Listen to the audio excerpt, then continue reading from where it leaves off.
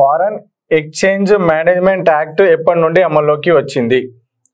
Foreign exchange management act విదేశీ మారక ప్రోత్సాహక చట్టం ఎప్పటి నుండి అమల్లోకి వచ్చింది అనేది question. Foreign exchange management act FEMA, దీనికంటే ముందు ఫేరా చట్టం అమల్లో ఉండేది. విదేశీ మారక క్రమబద్ధీకరణ చట్టం లేదా విదేశీ మారక నియంత్రణ చట్టం ఇది 1973 నుంచి అమల్లోకి వచ్చింది. ఇది ఫేరా చట్టం. అయితే 1991 ఆర్థిక సంస్కరణలో భాగంగా భారతీయులు విదేశాలతో జరిపే లావాదేవీలలో స్వేచ్ఛనియ్యాలి అనే ఒక ఉద్దేశంతో ఫేమా చట్టాన్ని అమల్లోకి తీసుకురావడం జరిగింది. ఫేమా చట్టం 1999లో చేశారు. ఫారెన్ ఎక్స్చేంజ్ మేనేజ్మెంట్ యాక్ట్ విదేశీ మారక ప్రోత్సాహక చట్టం ఇది 2000 సంవత్సరం జూన్ 1 నుంచి అమల్లోకి రావడం జరిగింది. 2000 సంవత్సరం జూన్ 1 నుండి అమల్లోకి వచ్చింది. ఏది? Foreign exchange management act. ఏ కమిటీ సూచన మేరకు 1985లో కాయిలా పడిన పరిశ్రమల చట్టం చేశారు? ఏ కమిటీ సూచన మేరకు 1985లో కాయిలా పడిన పరిశ్రమల చట్టం చేశారు? 1981లో ఇందిరాగాంధీ ప్రభుత్వము 1981లో ఒక కమిటీని వేసారు. 1981లో ఎన్డి తివారీ కమిటీని నియమిస్తే ఈ కమిటీ యొక్క సూచనల మేరకు 1985లో సికా చట్టం తీసుకురావడం జరిగింది. Sick industries companies act. Indira Gandhi ప్రభుత్వం 1981లో ఎన్డి తివారీ కమిటీని ఏర్పాటు చేస్తే ఈ ఎన్డి తివారీ కమిటీ యొక్క నివేదిక ఆధారంగా సికా చట్టం, సిక్ ఇండస్ట్రీస్ కంపెనీస్ యాక్ట్, కాయిలా పడిన పరిశ్రమల చట్టం చేయడం జరిగింది. ఎప్పుడు? 1985లో కాయిలా పడిన పరిశ్రమల చట్టం 1985లో. ఎన్డి తివారీ కమిటీ యొక్క నివేదికను అనుసరించి కాయిలా అనగా కంపెనీ యొక్క వరుస అప్పులు, కంపెనీ యొక్క నష్టాలు, ఇవి రెండు కంపెనీ యొక్క ఆస్తుల కన్నా అధికమైతే దానిని కాయిలా పడిన పరిశ్రమగా పరిగణించడం జరుగుతుంది. ఈ సికా చట్టం ప్రకారం కాయిలా అనగా కంపెనీ యొక్క అప్పులు, కంపెనీ యొక్క నష్టాలు, ఇవి రెండూ కలిసి కంపెనీ యొక్క ఆస్తుల కన్నా అధికమైతే దానిని కాయిలా అని నిర్వచనం ఇవ్వడం జరిగింది. ఎవరు? సికా చట్టం ప్రకారం. ఏ విధంగా అంటే కంపెనీ యొక్క అప్పులు ఒక 100 రూపాయలు ఉంటే, కంపెనీ యొక్క నష్టాలు ఒక 100 రూపాయలు ఉంటే, కంపెనీ యొక్క ఆస్తులు 180 రూపాయలు. ఈ 180 రూపాయల కంటే అప్పులు నష్టాలు రెండు కలిపి అధికమైనప్పుడు దానిని కాయిలా పడిన పరిశ్రమగా సికా చట్టం పేర్కొనడం జరిగింది. 2002లో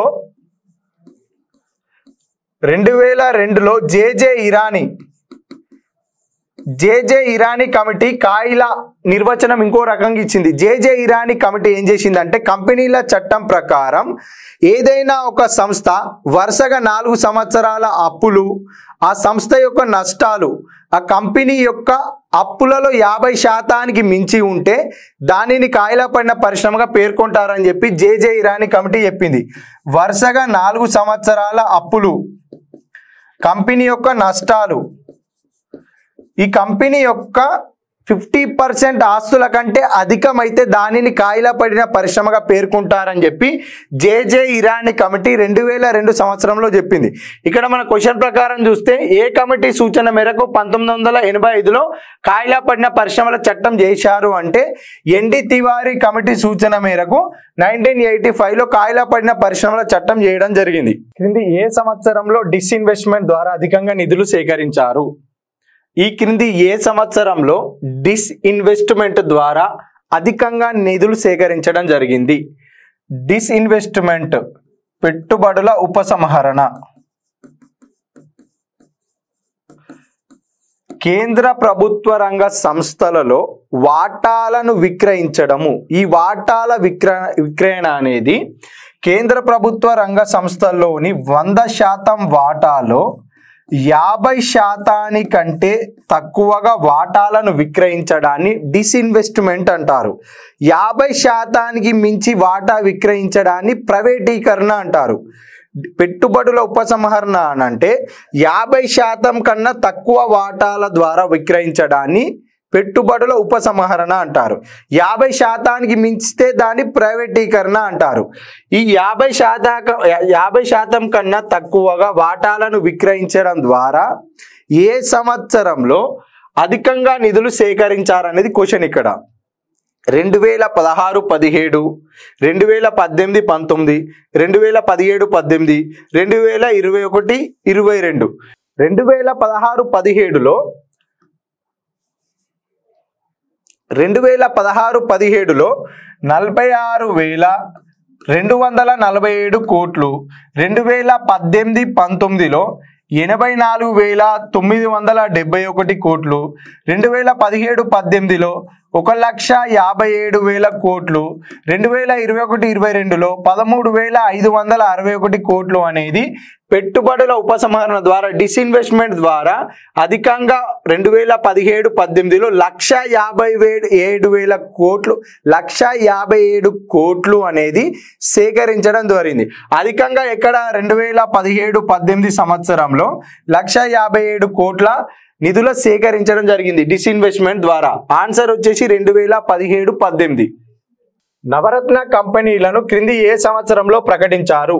నవరత్న కంపెనీలు ఆర్థిక సంస్కరణలో భాగంగా ప్రభుత్వ రంగ సంస్థలు అత్యధిక లాభాలతో నడుస్తున్న ప్రభుత్వ రంగ సంస్థల యొక్క పెట్టుబడి విషయంలో ఆ ప్రభుత్వ రంగ సంస్థ యొక్క యాజమాన్యానికి స్వతంత్రతను ఇవ్వడం కోసం 1992 పెట్టుబడి విషయంలో ఆ సంస్థ యొక్క పాలక వర్గము సొంతంగా కొన్ని నిర్ణయాలు తీసుకోవడం కోసం ఒక లిమిట్ పరిధి 1000 కోట్ల, 2000 కోట్ల, 3000 కోట్ల అనేది ఇట్లా ఒక లిమిట్ పరిధి పెట్టి ఆ పెట్టుబడి విషయంలో పాలక వర్గానికి స్వతంత్రతను కల్పిస్తూ నవరత్న కంపెనీలను 1997 జూలై 22 నాడు ప్రకటించడం జరిగింది.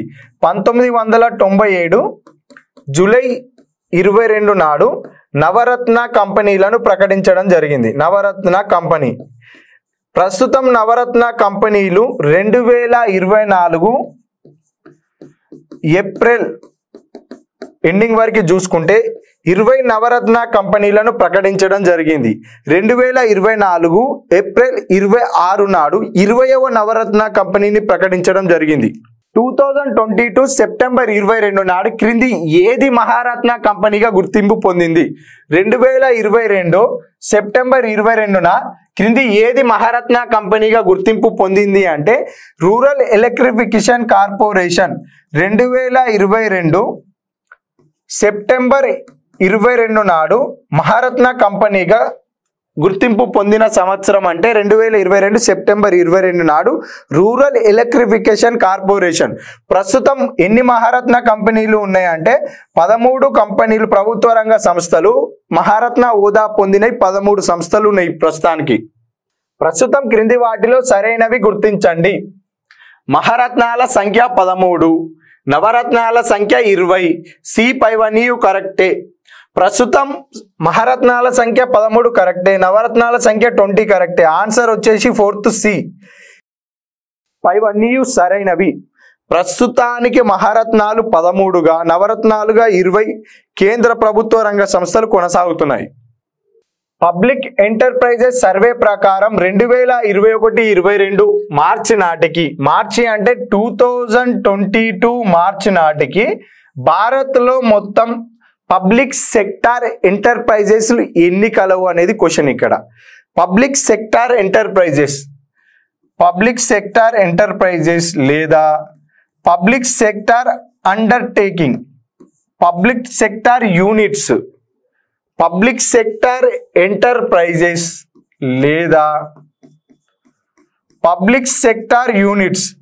పబ్లిక్ సెక్టార్ ఎంటర్ప్రైజెస్ అంటే ఏంటిదంటే ఏదైనా ఒక సంస్థను స్థాపించే నాటికి దాని యొక్క మొత్తం పెట్టుబడిలో 50% మించిన పెట్టుబడిని కేంద్ర ప్రభుత్వం సమకూరిస్తే దానిని కేంద్ర ప్రభుత్వ రంగ సంస్థ లేదా ప్రభుత్వ రంగ సంస్థ లేదా పబ్లిక్ సెక్టార్ ఎంటర్ప్రైజెస్ లేదా పబ్లిక్ సెక్టార్ యూనిట్స్ అని పేర్కొనడం జరుగుతుంది. పబ్లిక్ సెక్టార్ ఎంటర్ప్రైజెస్ అంటే సంస్థ స్థాపించే నాటికి సంస్థ యొక్క మొత్తం పెట్టుబడిలో 50% మించిన పెట్టుబడి అనేది కేంద్ర ప్రభుత్వం సమకూర్చినట్లయితే దానిని కేంద్ర ప్రభుత్వ రంగ సంస్థ లేదా ప్రభుత్వ రంగ సంస్థ లేదా పబ్లిక్ సెక్టార్ ఎంటర్ప్రైజెస్ లేదా పబ్లిక్ సెక్టార్ యూనిట్స్ అని పిలవడం జరుగుతుంది. ఈ పబ్లిక్ ఎంటర్ప్రైజెస్ సర్వే ప్రకారం 2021-22 నాటికి 2022 మార్చి 31 నాటికి భారతదేశంలో ఎన్ని పబ్లిక్ సెక్టార్ ఎంటర్ప్రైజెస్ కలవు అనేది క్వశ్చన్. ఇక్కడ 2022 మార్చి 31 నాటికి భారతదేశంలో 389 కేంద్ర ప్రభుత్వ రంగ సంస్థలు గలవు. కేంద్ర ప్రభుత్వ రంగ సంస్థలు.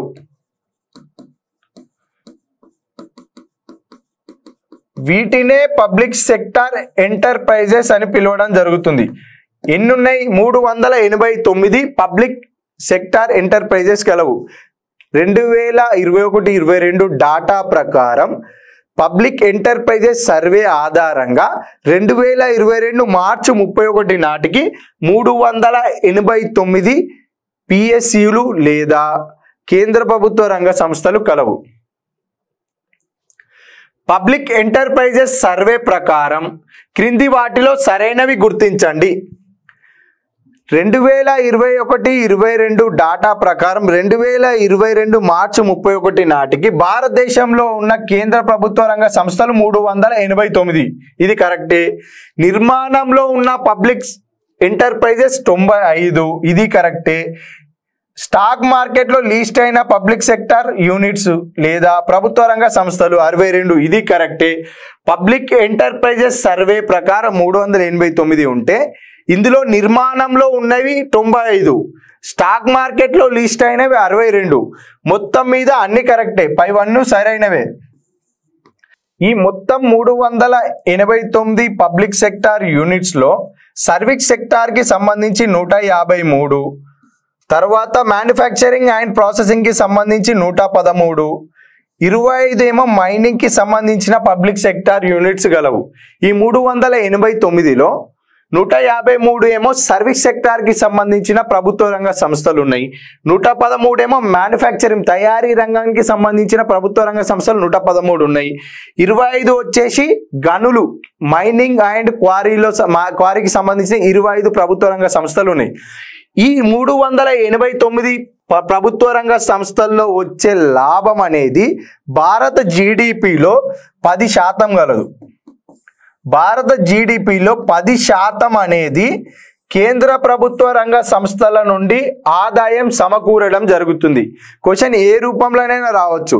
ప్రభుత్వ రంగ సంస్థలు ఎన్ని ఉన్నాయి, స్టాక్ మార్కెట్లో ఎన్ని లిస్ట్ అయినాయి, నిర్మాణంలో ఎన్ని ఉన్నాయి, నిర్వహణలో ఎన్ని ఉన్నాయి, సాఫ్ట్వేర్ రంగంలో ఎన్ని ఉన్నాయి, మ్యానుఫ్యాక్చరింగ్ రంగంలో ఎన్ని రంగాలు ఉన్నాయి, మైనింగ్లో ఎన్ని రంగాలు ఉన్నాయి, ఎంతమందికి ఉపాధి కల్పిస్తుంది, ఎంత శాతం జీడిపిలో ఈ పబ్లిక్ సెక్టార్ ఎంటర్ప్రైజెస్ ద్వారా సమకూరుతుంది, ఎంతమందికి ఉపాధి వస్తుంది, ఇవన్నీ ఒకసారి చూసుకోవాలి. ఆంక్టాడ్ ప్రకారం ప్రపంచంలో విదేశీ పెట్టుబడులను అధికంగా పొందుతున్న దేశాలలో భారత్ యొక్క ర్యాంక్ ఎక్కడ ఉంది?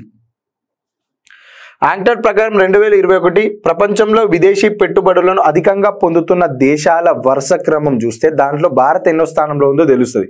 మొదటి స్థానంకి వచ్చేసి యుఎస్ఏ, రెండవది చైనా, మూడవది హాంకాంగ్, 4 సింగపూర్, 5వది కెనడా, 6 బ్రెజిల్, 7 ఇండియా. ఈ ఇండియా $45 బిలియన్ ఇండియాకి విదేశీ పెట్టుబడులు రావడం జరిగింది. అంటే ఇండియాకు స్థానం ఏంది? 7వ స్థానం.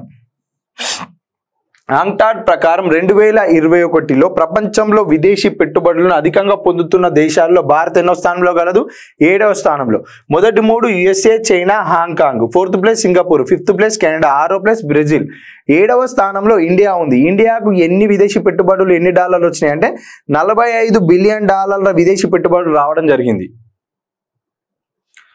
ఆంగ్టాన్ వారి 2022 ప్రకారం 2021లో అత్యధిక FDI అందులో ఉన్న దేశాలు, అత్యధిక విదేశీ పెట్టుబడులు అందులో ఉన్న దేశాలు. USA మొదటి స్థానం, చైనా రెండో స్థానం, హాంకాంగ్ 3, సింగపూర్ 4. ఆన్సర్ పైవన్నీయు. 2022-23 ప్రకారం విదేశీ పెట్టుబడులు అధికంగా పొందుతున్న రాష్ట్రాలు వరుస క్రమం గుర్తించండి. 2022-23 ప్రకారం విదేశీ పెట్టుబడులు అధికంగా పొందుతున్న రాష్ట్రాల వరుస క్రమాలను గుర్తించండి. రాష్ట్రాల వరుస క్రమాలు చూస్తే మొదటి స్థానంలో మహారాష్ట్ర, రెండవ స్థానంలో కర్ణాటక, ఢిల్లీ 3వ స్థానము, గుజరాత్ 4వ స్థానంలో ఉంది. A2 B3 వస్తుంది, C1 B3 C1 D4. Answer B. క్రింది ఏ సంవత్సరం బడ్జెట్ నుండి దృశ్య ఖాతాలో రూపాయి పూర్తి మార్పిడికి స్వేచ్ఛనిచ్చారు? రూపాయి పూర్తి మార్పిడి, రూపాయి మార్పిడి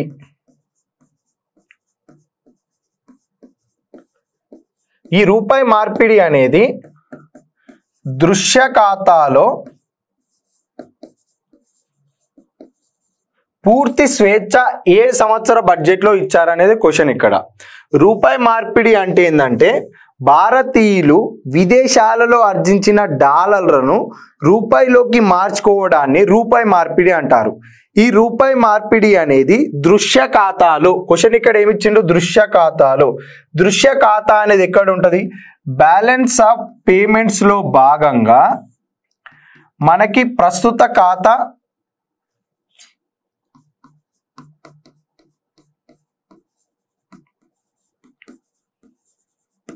మూలధన ఖాతా,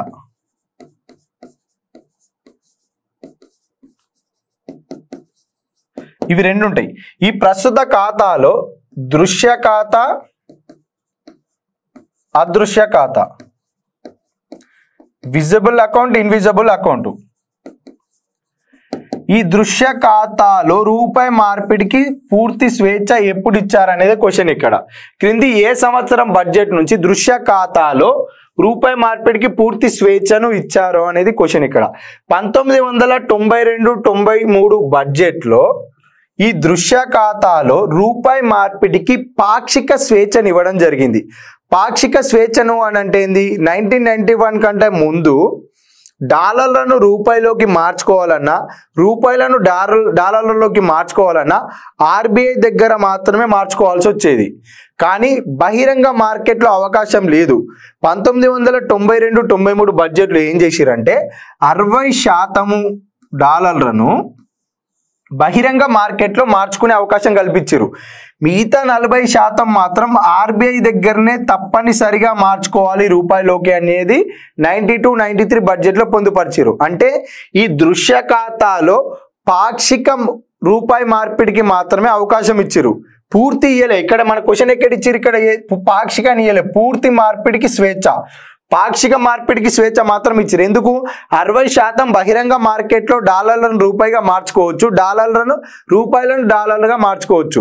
కానీ మిగతా 40% అనేది ఆర్బీఐ దగ్గరనే ఆర్బీఐ నిర్ణయించిన మారకపు రేటు ప్రకారమే మార్చుకోవాలి. తర్వాత ఏమైంది? 93-94 బడ్జెట్లో 100% అంటే పూర్తి మార్పిడికి, బహిరంగ మార్పిడికి స్వేచ్ఛనిచ్చారు. ఎక్కడ? దృశ్య ఖాతాలు. 1993-94 బడ్జెట్లో దృశ్య ఖాతాలో రూపాయి మార్పిడికి పూర్తి స్వేచ్ఛను ఇవ్వడం జరిగింది. ఎప్పుడు? 1993-94 బడ్జెట్లో. తర్వాత ఇప్పుడు క్వశ్చన్ అంటే దృశ్య ఖాతాలో రూపాయి పూర్తి మార్పిడికి స్వేచ్ఛను ఎప్పుడు ఇచ్చారు అంటే ఆన్సర్ వచ్చేసి 93-94 బడ్జెట్. ఇక్కడ వచ్చింది మనకి. ప్రస్తుత ఖాతాలో అదృశ్య ఖాతా కూడా ఉంది కదా, దీని గురించి కూడా ఒకసారి చూస్తే అదృశ్య ఖాతా 1994 ఆగస్టు 19 నాడు అదృశ్య ఖాతాలో కూడా రూపాయి మార్పిడికి పూర్తి స్వేచ్ఛను ఇవ్వడం జరిగింది. ప్రస్తుత ఖాతాలో దృశ్య ఖాతా, అదృశ్య ఖాతా రెండు ఉంటాయి. ఈ రెండింటిలో దృశ్య ఖాతాకు 1992-93 బడ్జెట్లో పాక్షిక మార్పిడికి స్వేచ్ఛనిచ్చారు. పాక్షిక మార్పిడి అంటే 60% బహిరంగ మార్కెట్లో, 40% ఆర్బీఐ తప్పనిసరిగా నిర్ణయించిన మారకపు రేటు ప్రకారమే మార్చుకోవడం జరిగింది. 1993-94 బడ్జెట్లో దృశ్య ఖాతాలో 100% బహిరంగ మార్కెట్లోనే డాలర్ల మార్పిడి, రూపాయి మార్పిడి చేయడం జరిగింది. ఇది ఎక్కడ దృశ్య ఖాతా వరకు చూస్తే మనకి ఇచ్చిన క్వశ్చన్ ప్రకారం దృశ్య ఖాతా వరకు 1993-94 బడ్జెట్ అనేది ఆన్సర్. ఇక్కడ అదృశ్య ఖాతా విషయం కూడా ఒకసారి చూస్తే 1994 ఆగస్టు 19 నాడు అదృశ్య ఖాతాలో కూడా రూపాయి మార్పిడికి 100% బహిరంగంగా మార్చుకునే అవకాశం కల్పించారు, పూర్తి స్వేచ్ఛను కల్పించారు. ఇక్కడ అదృశ్య ఖాతాలో ఎప్పుడు 1994 ఆగస్టు 19 నాడు. బ్యాలెన్స్ ఆఫ్ పేమెంట్స్ లో భాగంగా మూలధన ఖాతా కూడా ఉంది కదా, ఈ మూలధన ఖాతాలో కూడా రూపాయి మార్పిడికి స్వేచ్ఛని ఇవ్వాలా వద్దా అని చెప్పి భారత ప్రభుత్వము తారాపూర్ కమిటీని కూడా ఏర్పాటు చేయడం జరిగింది. ఈ తారాపూర్ కమిటీ కొన్ని సూచనలు చేసి ఈ సూచనలు ప్రభుత్వం పాటిస్తే ఇవన్నీ బరాబర్ ఉంటే మీరు మూలధన ఖాతాలో కూడా రూపాయి మార్పిడికి స్వేచ్ఛని ఇవ్వచ్చు అని చెప్పి తన నివేదికను కూడా సమర్పించడం జరుగుతుంది. మూలధన ఖాతాకు సంబంధించి ఏర్పాటు చేసిన కమిటీ తారాపూర్ కమిటీ. ఈ కమిటీ సూచనల అనుగుణంగా ప్రభుత్వము పాటిస్తే మూలధన ఖాతాలో రూపాయి మార్పిడికి స్వేచ్ఛని ఇవ్వచ్చు అని చెప్పి ఈ కమిటీ సూచించడం జరిగింది. మన క్వశ్చన్ పరంగా చూస్తే క్రింది ఏ సంవత్సరంలో దృశ్య ఖాతాలో రూపాయి మార్పిడికి స్వేచ్ఛనిచ్చారు అని అంటే 93-94 బడ్జెట్. పూర్తి స్వేచ్ఛనిచ్చారు అంటే 93-94 బడ్జెట్. పాక్షిక స్వేచ్ఛను ఇచ్చారంటే 92-93 బడ్జెట్. ఇది గుర్తుంచుకోవాలి. బ్యాంకింగ్ సంస్కరణలకు సంబంధించి ఏర్పాటు చేసిన కమిటీ. బ్యాంకింగ్ సంస్కరణలకు సంబంధించి ఏర్పాటు చేసిన కమిటీ సంయుక్త కమిటీ కాదు, నరసింహం కమిటీ. 1991లో నరసింహం కమిటీని ఏర్పాటు చేస్తే 1991 నవంబర్లో రిపోర్ట్ ఇవ్వడం జరుగుతుంది. తర్వాత బ్యాంకింగ్ సంస్కరణలకు సంబంధించి మరలా నరసింహం కమిటీని ఏర్పాటు చేస్తారు. అప్పుడు బ్యాంకింగ్ సంస్కరణలు మరియు విత్త సంస్థలకు సంబంధించిన సూచనలు ఇవ్వడం కోసం మరలా 1997లో నరసింహం కమిటీని ఏర్పాటు చేస్తే 1998లో నరసింహం కమిటీ రిపోర్ట్ ఇవ్వడం జరుగుతుంది. ఈ రిపోర్ట్ ఆధారంగా ప్రభుత్వ రంగ బ్యాంకులలో ప్రైవేటు వారికి కూడా అవకాశం కల్పించడం జరిగింది. ఎప్పుడు నరసింహం కమిటీ బ్యాంకింగ్ సంస్కరణల పైన సూచనలు ఇచ్చి మీరు బ్యాంకింగ్లో సంస్కరణలు తీసుకురావాలి, ప్రభుత్వ రంగ బ్యాంకుల్లో కూడా ప్రైవేటు వారికి అవకాశం కల్పించాలి, ప్రైవేటు వారు బ్యాంకులను ఏర్పాటు చేసుకునే అవకాశం కల్పించాలని సూచించిన కమిటీ నరసింహం కమిటీ. భారత్లో వస్త్ర పరిశ్రమ కేంద్రీకృతమైన రాష్ట్రాలను గుర్తించండి. భారత్లో వస్త్ర పరిశ్రమ, చేనేత పరిశ్రమ, ఈ వస్త్ర పరిశ్రమ కేంద్రీకృతమైన రాష్ట్రాలు అంటే మహారాష్ట్ర, గుజరాత్, తమిళనాడు. మహారాష్ట్ర అంటే బొంబాయి, గుజరాత్ అంటే అహ్మదాబాద్, సూరత్, తమిళనాడు అంటే కోయంబత్తూర్.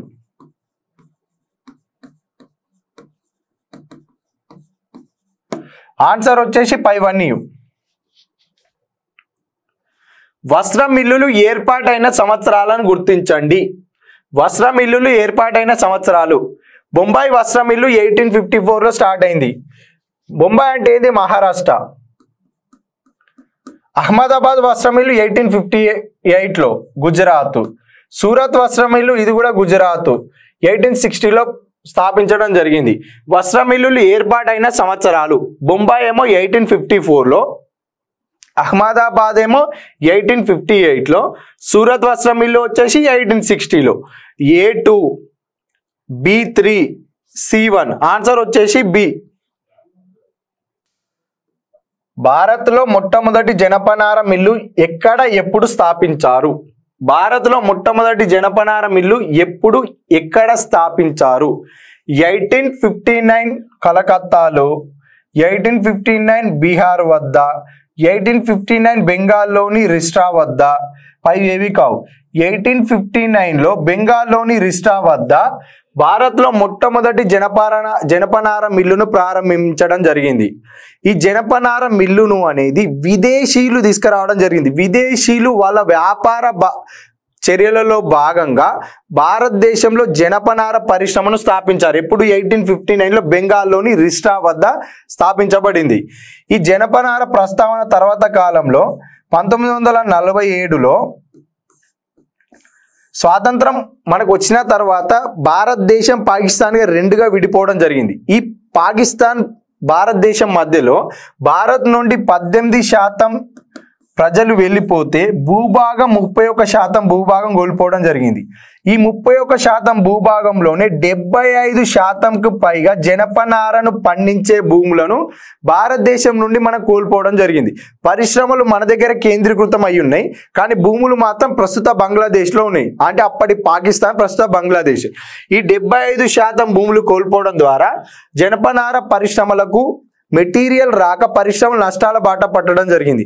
1980 నాటికి ఈ జనపనార సంచులకు పోటీగా పాలిథిన్ కవర్స్, క్లాత్ బ్యాగ్స్ అనేది విపరీతమైన పోటీ ఏర్పడడం ద్వారా జనపనార సంచులు ఇంకా నష్టాల్లోకి పోతున్నాయి. ఈ నష్టాలకు పోయే సమయంలో 1987లో భారత ప్రభుత్వము జూట్ ప్యాకేజింగ్ మెటీరియల్ యాక్ట్ని తీసుకురావడం జరిగింది.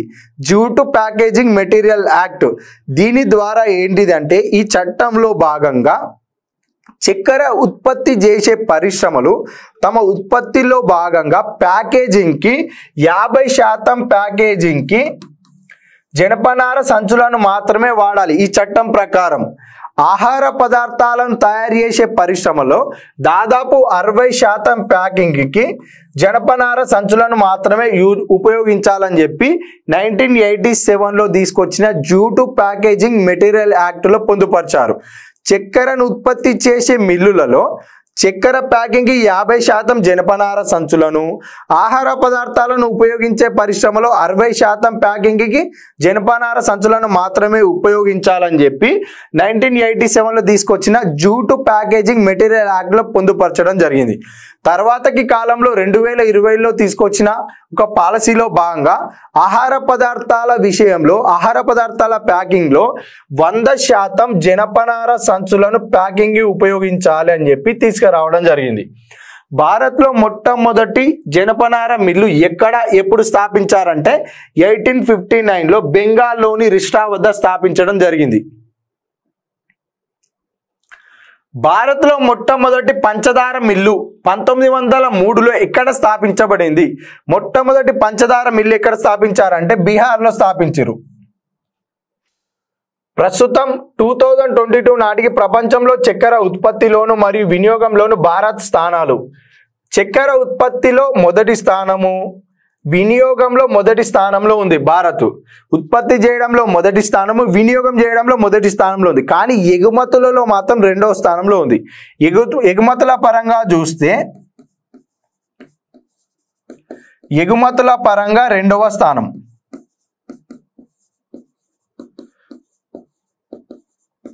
ఉత్పత్తి పరంగా మొదటి స్థానము, వినియోగంలో మాత్రం మొదటి స్థానం, ఎగుమతుల పరంగా రెండవ స్థానంలో ఉంది. క్వశ్చన్ ఏంటిది ఇక్కడ?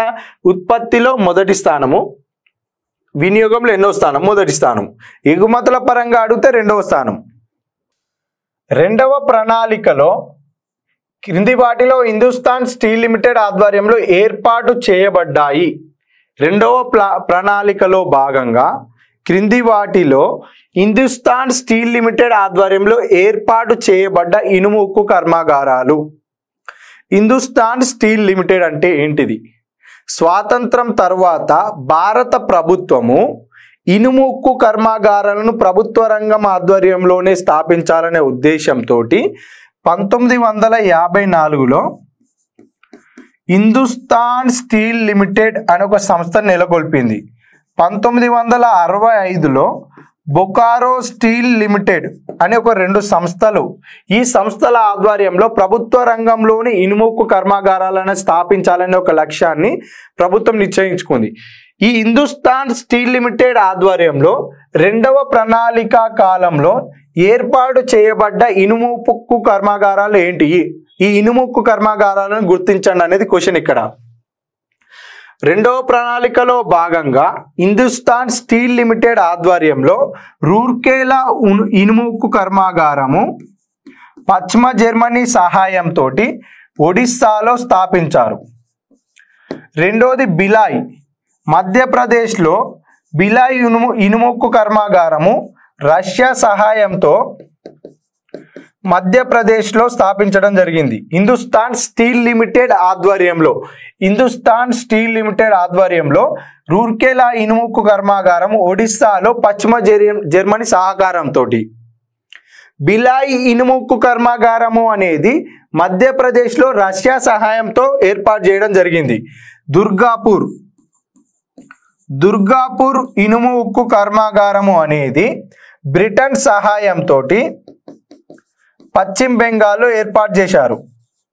హిందుస్థాన్ స్టీల్ లిమిటెడ్ ఆధ్వర్యంలో రూర్కేలా ఇనుము ఉక్కు కర్మాగారం, బిలాయ్ ఇనుము ఉక్కు కర్మాగారం, దుర్గాపూర్ ఇనుము ఉక్కు కర్మాగారం, ఈ 3 ఇనుము ఉక్కు కర్మాగారాల స్థాపన అనేది హిందుస్థాన్ స్టీల్ లిమిటెడ్ ఆధ్వర్యంలోనే జరిగింది. కానీ సహాయం అనేది ఒడిస్సాలో ఏర్పాటు చేసిన రూర్కేలాకు పశ్చిమ జర్మనీ సహకారం అందించింది. బిలాయ్కి వచ్చేసి రష్యా సహకారం అందించింది. దుర్గాపూర్కు వచ్చేసి బ్రిటన్ సహకారం అందించింది. కానీ రెండో ప్రణాళికలో భాగంగా ఏర్పాటు చేసిన ఇనుముక్కు కర్మాగారాలు అంటే రూర్కేలా, బిలాయ్, దుర్గాపూర్. ఇదే హిందుస్థాన్ స్టీల్ లిమిటెడ్ ఆధ్వర్యంలో 4వ ప్రణాళిక కాలంలో 1971లో ఆంధ్రప్రదేశ్లో విశాఖ, కర్ణాటకలో ఓస్పేట్, తమిళనాడులో సేలం. క్వశ్చన్ ఇక్కడ 4వ ప్రణాళిక కాలంలో క్రింది వాటిలో హిందుస్థాన్ స్టీల్ లిమిటెడ్ ఆధ్వర్యంలో ఏర్పాటు చేయబడ్డ ఇనుము ఉక్కు కర్మాగారాలు అంటేనేమో ఆంధ్రప్రదేశ్లోని విశాఖ, కర్ణాటకలో ఓస్పేట్, తమిళనాడులో సేలం. ఈ 3 ఇనుము ఉక్కు కర్మాగారాలు అనేది 4వ ప్రణాళికలో భాగంగా ఏర్పాటు చేయడం జరిగింది. ఇక్కడ ఉన్న విశాఖ కానీ ఓస్పేట్ కానీ ఈ రెండు ఇనుము ఉక్కు కర్మాగారాలతో పాటు తమిళనాడులో సేలం, ఈ 3 ఇనుము ఉక్కు కర్మాగారాలు అనేది 4వ ప్రణాళికలో భాగంగా హిందుస్థాన్ స్టీల్ లిమిటెడ్ ఆధ్వర్యంలో ఏర్పాటు చేశారు. ఈ క్వశ్చన్కి రెండవ ప్లానింగ్కి ఆన్సర్ వచ్చేసి డి. కానీ 4వ ప్లానింగ్లో ఏర్పాటు చేయబడ్డాయి అని కూడా క్వశ్చన్ వస్తే ఈ 3 చూసుకోవాలి. ఇక్కడ చివరిగా ఏముంది, ఇక్కడ బొకారో. ఈ బొకారో అనేది 1965లో బొకారో స్టీల్ లిమిటెడ్ ఆధ్వర్యంలో ఏర్పాటు చేసిన ఇనుము ఉక్కు కర్మాగారము బొకారో ఇనుము ఉక్కు కర్మాగారము. ఇది బొకారో స్టీల్ లిమిటెడ్ ఆధ్వర్యంలో ఏర్పాటు చేయబడ్డది. మిగిలిన రూర్కేలా, బిలాయ్, విశాఖ, ఓస్పేట్, రూర్కేలా, బిలాయ్, దుర్గాపూర్ ఇవన్నీ హిందుస్థాన్ స్టీల్ లిమిటెడ్ ఆధ్వర్యంలో ఏర్పాటు చేయబడ్డాయి. రెండవ ప్రణాళిక కాలంలో 3 ఏర్పాటు చేయబడ్డాయి. 4వ ప్రణాళిక కాలంలో 3 ఏర్పాటు చేయబడ్డాయి. రెండవ ప్రణాళిక కాలంలో రూర్కేలా, బిలాయ్, దుర్గాపూర్. 4వ ప్రణాళిక కాలంలో హిందుస్థాన్ స్టీల్ లిమిటెడ్ ఆధ్వర్యంలో ఏర్పాటు చేయబడ్డ ఏమిటేంటివి, తమిళనాడులోని సేలము, ఆంధ్రప్రదేశ్లోని విశాఖ, కర్ణాటకలో ఓస్పేట్. ఇవేంటి హిందుస్థాన్ స్టీల్ లిమిటెడ్ ఆధ్వర్యంలో ఏర్పాటు చేయబడ్డాయి. రెండవ ప్రణాళిక కాలం అంటే 3 వస్తాయి, 4వ ప్రణాళిక కాలంలో అంటే 3 వస్తాయి. ఇవి ఒకసారి చూసుకోవాలి. ప్రస్తుతం ప్రపంచ స్టీల్ ఉత్పత్తిలో భారత్ ఎన్నవ స్థానంలో గలదు? ప్రపంచ స్టీల్ ఉత్పత్తిలో భారత్ వచ్చేసి 2వ స్థానంలో గలదు. ప్రపంచ స్టీల్ ఉత్పత్తిలో భారత్ 2వ స్థానం. మొదటి స్థానం వచ్చేసి చైనా, 3rd ప్లేస్ జపాన్, మధ్యలో ఇండియా 2వ స్థానం. ప్రపంచ స్టీల్ ఉత్పత్తిలో ప్రపంచంలో స్పాంజ్ ఐరన్ ఉత్పత్తిలో మొదటి స్థానంలో అంటే భారతదేశం మొదటి స్థానం.